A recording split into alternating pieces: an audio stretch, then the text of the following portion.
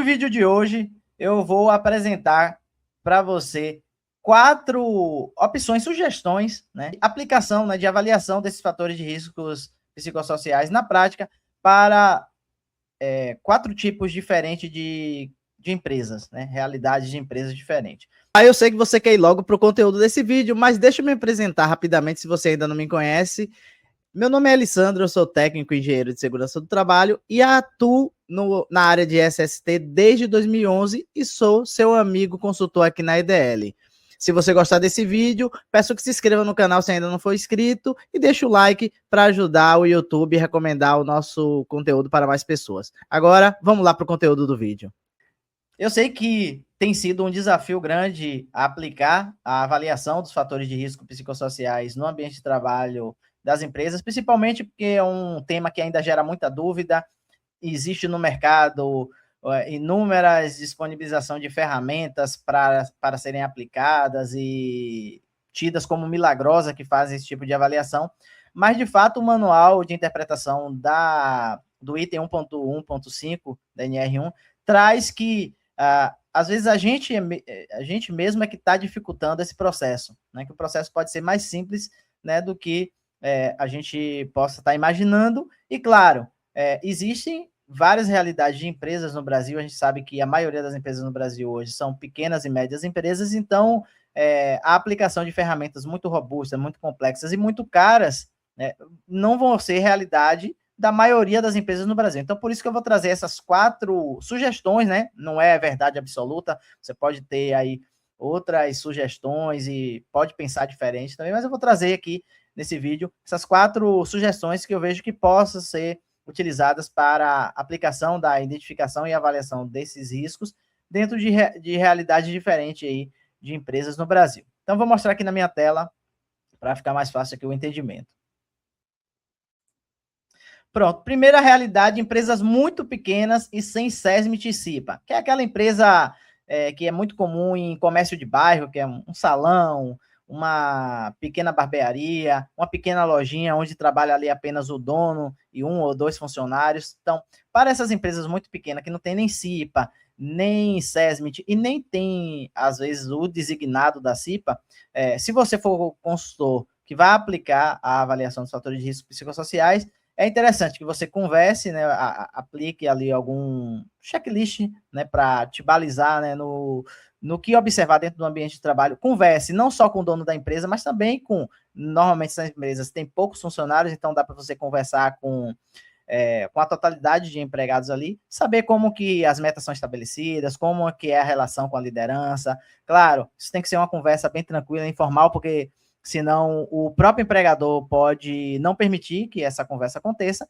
e aí dentro daquele pequeno tempo que você vai passar na empresa, conversando com os trabalhadores e também com o dono da empresa, tentar perceber quais são os fatores estressores que possam existir ali dentro do ambiente de trabalho. Claro que nesses casos é muito difícil você saber se ocorre assédio moral, sexual ou qualquer outro tipo de assédio dentro da empresa, porque normalmente as pessoas não vão sentir liberdade em comentar sobre isso, é comum. Então vai ficar uma análise um pouco mais superficial, porém, utilizando essa estratégia, né, de conversar com o dono da empresa e com, se possível, com os trabalhadores que trabalham ali dentro daquela empresa, e eu acredito que você consiga fazer esse levantamento qualitativo aí de possíveis fatores relacionados a psicossociais que possam estar dentro do ambiente de trabalho e que podem ser incluídos no PGR da empresa.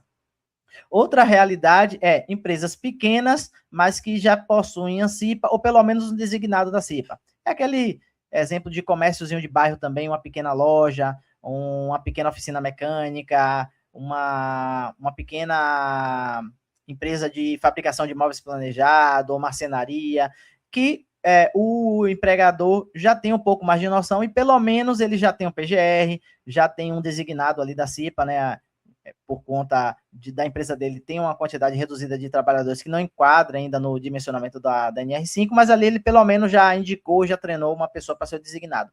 Nesse caso, a avaliação já consegue ser um pouco mais precisa e um pouco mais profunda do que no primeiro caso, porque aí você já pode contar com auxílio, né, com apoio, no caso do consultor aí, vai contar com auxílio do designado da CIPA. Ou então você não vai ter condições de conversar provavelmente com todos os trabalhadores, mas você vai conseguir pegar orientações e informações que são trazidas ali pelo membro da CIPA ou pelo designado da CIPA, né? A respeito de como que ocorre as demandas de trabalho, como a organização do trabalho é estruturada nessa empresa, como as metas são estabelecidas, como é a relação com a liderança e os subordinados. Então, o designado pode te ajudar nisso, trazendo a percepção dos trabalhadores até o seu conhecimento, e aí você consegue ter um pouco mais de profundidade na avaliação desses fatores de risco psicossociais.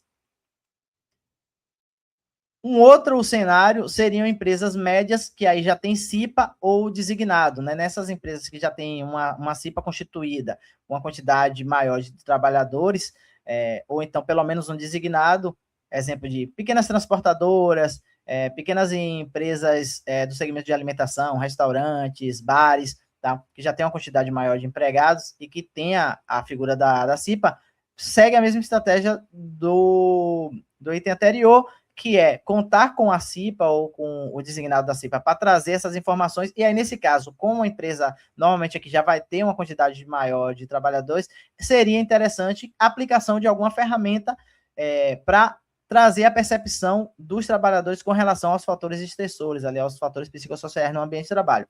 Aí não precisa, nesse caso aqui, ser uma ferramenta muito robusta, mas uma ferramenta mais simples, mais básica e mais barata, né, que a empresa tenha condições de fazer a aplicação, já seria interessante para você trazer um pouco mais de profundidade a percepção dos trabalhadores com relação aos fatores psicossociais dentro do ambiente de trabalho de cada trabalhador. E aí, nesse caso aqui, poderia, inclusive, aplicar essa ferramenta em todo o contingente de trabalhadores, né? Utilizar 100% aí dos trabalhadores respondendo a esse questionário, a aplicação dessa ferramenta. Seria interessante para dar um pouco mais de profundidade a essa avaliação. E, por fim, empresas médias ou grandes, que aí tem CIPA e SESMIT. São exemplos aí de indústrias, empresas de logística, empresas de transportes, que já tem um porte um pouco maior, já tem uma quantidade maior de trabalhadores e já conta com pelo menos ali um técnico de segurança dentro do SESMIT e já tem uma CIPA robusta e bem constituída. Segue também a aplicação aí de formulário, checklist ou de ferramenta para trazer a percepção dos trabalhadores, à tona a percepção dos trabalhadores com relação aos fatores psicossociais no ambiente de trabalho. Nesse caso, é interessante a aplicação de formulários. Pode ser até incluído aí formulários um pouco mais completos, com maior número de questões, de perguntas. E, se não for possível, devido ao grande número de trabalhadores, aplicar em todo mundo, mas que pelo menos aplique em 80% dos trabalhadores, 70%, 80% do contingente de trabalhadores, já traz uma profundidade um pouco maior para avaliação, além de contar com as informações trazidas aí, tanto dos membros do SESMIT, quanto também os membros da CIPA, né? Trazer a participação tanto dos cipeiros, quanto dos membros do SESMIT, o técnico de segurança, o engenheiro de segurança, se for o caso, se tiver, ou outros membros do SESMIT, para trazer também a visão deles com relação a como que a organização do trabalho está estabelecida, como que é a relação dos trabalhadores com a liderança, com o estabelecimento de metas, como que a comunicação ocorre dentro dessa empresa. Então, isso tudo vai trazer um pouco mais de clareza e profundidade para a avaliação. E claro que nesse caso também de empresas médias ou grandes que têm a CIPA e SESMIT, é importante também a aplicação de um formulário, de uma ferramenta que ajude a trazer, claro, de forma anônima, né, e reservada, a percepção dos trabalhadores com relação aos fatores estressores e os fatores de risco psicossociais dentro do ambiente de trabalho.